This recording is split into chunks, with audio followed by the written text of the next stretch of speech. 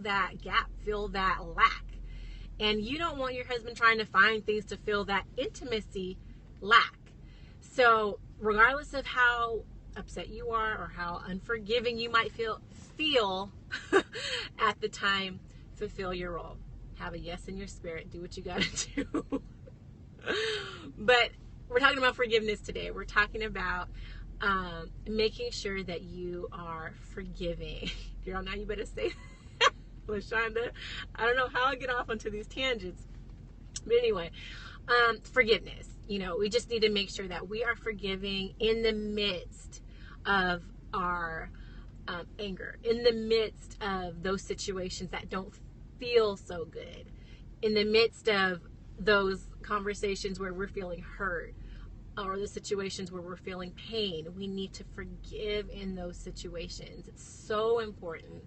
And honestly, when you forgive, when you stop the conversation and you forgive, and this goes into any realm, whether it's business or what have you, when you stop and you say, oh, you know what, I see your point. You pretty much squelch whatever else it is the other person has to say.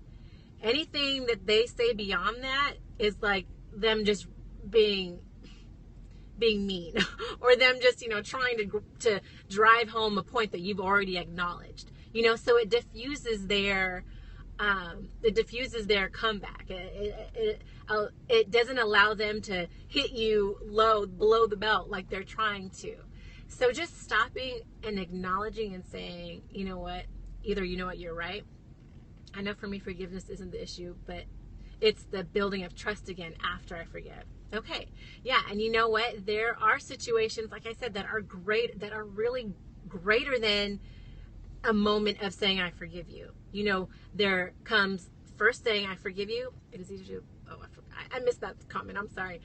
It's easier to say, I forgive you when the situation or the issue is minimal. But when you're talking about a big time serious marriage changing situation, it's hard. It is hard to say I forgive you. It's hard to feel like saying I forgive you, because in that moment you don't. In that moment you are upset. In that moment you're like, forgive you what? In that moment you're thinking about, do I ever want to even look at you again? For real. So it comes to the point where you have to say I forgive you. And we need to work on this. You have to say, I forgive you, and we need to work on this. You may not have the answer or the solution to how to work on it, but the conversation. You need to say, we need to work on this. And you need to really, really start working on it. If your situation is, if your husband looks at pornography or something, and you've talked to him about it before and he keeps doing it, you need to say, I forgive you, and we need to talk about this. We need to figure out what it is that you're lacking to make you feel like you need to look at this. Or maybe he needs some help. I don't know. And like I said, I don't know. I'm not an expert, but I do know that conversation has to come before anything. Communication has to come before everything. Forgiveness, yes. Conversation and communication comes right along with that. Regardless of what the situation is, if somebody did eat your last bonbon, you forgive. In that moment, you forgive. And you might need to have a conversation about that. You might need to say, I didn't eat anything all day and that was my last bonbon and you ate it and now I feel XYZ. I feel like you were inconsiderate. I feel like you didn't take into the fact that I was at work all day and so have a conversation about it. But yeah, to your point, it's hard when you have a bigger life-changing, marriage-changing situation that you're talking about. Forgiveness is much harder. It is. It just is. We are in the flesh and it's just hard. It really is.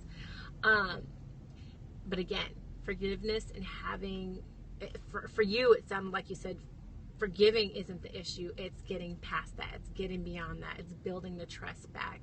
And that is something, trust is something that you have to build from day one and every day after.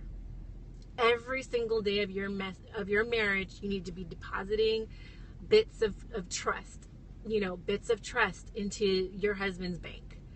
And likewise, he needs to be depositing bits of trust into your bank. And we're not talking about he needs to write you a big long letter about how much, you should trust him or how much he trusts you. It's about the little things that reassure you that you can trust your husband, that reassure him that he can trust you.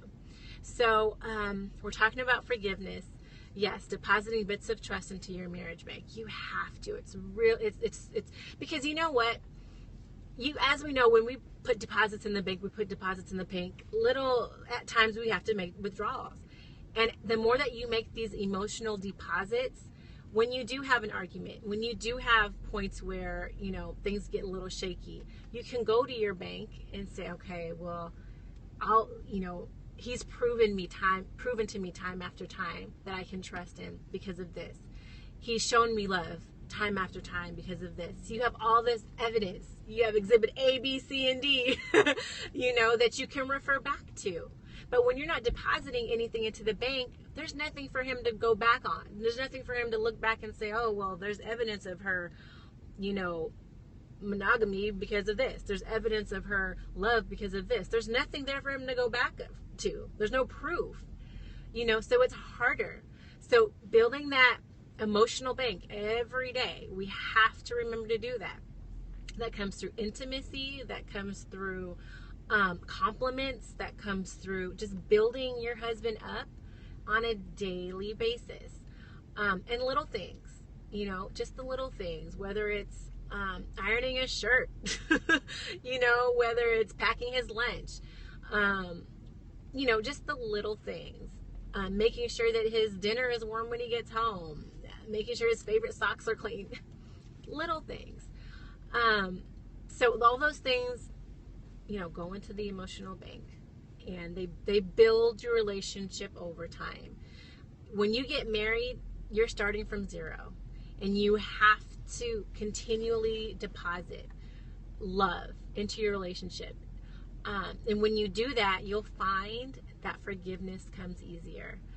You're right. I don't think nothing about the bank during the moment, but after I can remember the little things. Yeah. When you're in that moment and you're like, you know what, you don't think about all the good things that he's done. You don't. You just think about what he's doing to you right now and how he's getting on your nerves right now. So you just have to make sure that every day you're depositing little bits here and there into the emotional bank account. And we women know how that plays a role. We know how important that is. So like I said, make those deposits so that when it comes to those times when you have to dig deep and forgive in the moment, you're able to. You're not going to sit and wait around till you feel like getting ready to forgive him. You're going to do it in the moment. You're going to have a conversation if a conversation needs to be had, and you're going to move on, because you're going to realize that deep down inside, he's not trying to hurt you. He loves you. That's why he married you. You're going to realize that he loves you. Whatever it was he said, whatever it was, he made a good point. When you get married, you start, you do. You start from zero. But he made you upset in the moment. He ate your last piece of whatever. I keep referencing that because I love my food. Whenever somebody eats my last anything, I'm like, it hurts. It hurts me right here. So anyway, you just, make sure that you're continuing to make those deposits and continuing to love on your husband, so that when you have those times where you need to be in the moment, forgiving him in the moment, that it comes easier. Does focusing on friendship make forgiveness easier? I guess I would say friendship, I wouldn't necessarily say focusing on friendship. I would say focusing on love, because we have friends all the time, everywhere. But you don't always have that love and that intimate connection with everyone. You have that very deep, intimate connection with your husband. So beyond friendship is great, but beyond friendship, you have this whole other layer of something that you don't have with anybody else in this world that you have with your husband. So focusing on that love that you have with your husband, that your husband and you share, that no one else in this world shares with him, is really what I would say to focus on when you're in the midst of those, those arguments or those conversations. So forgiveness in the moment, not waiting till you feel like forgiving him, but forgiving in the moment, having a conversation if a conversation needs to be had, and then moving on. Depositing those making deposits into the emotional bank account on a consistent and daily basis.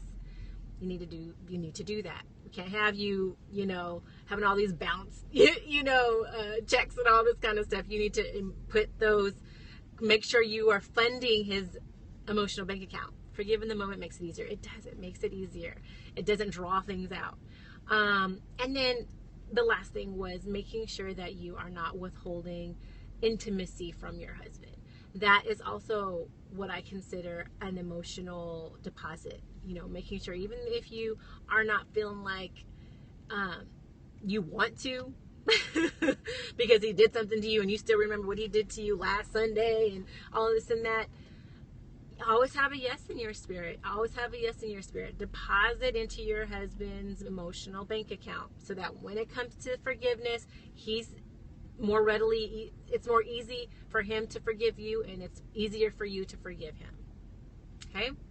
So that's what I have for you today. That was such a huge piece of marriage advice for me, just learning to forgive in the moment, in the heat of battle.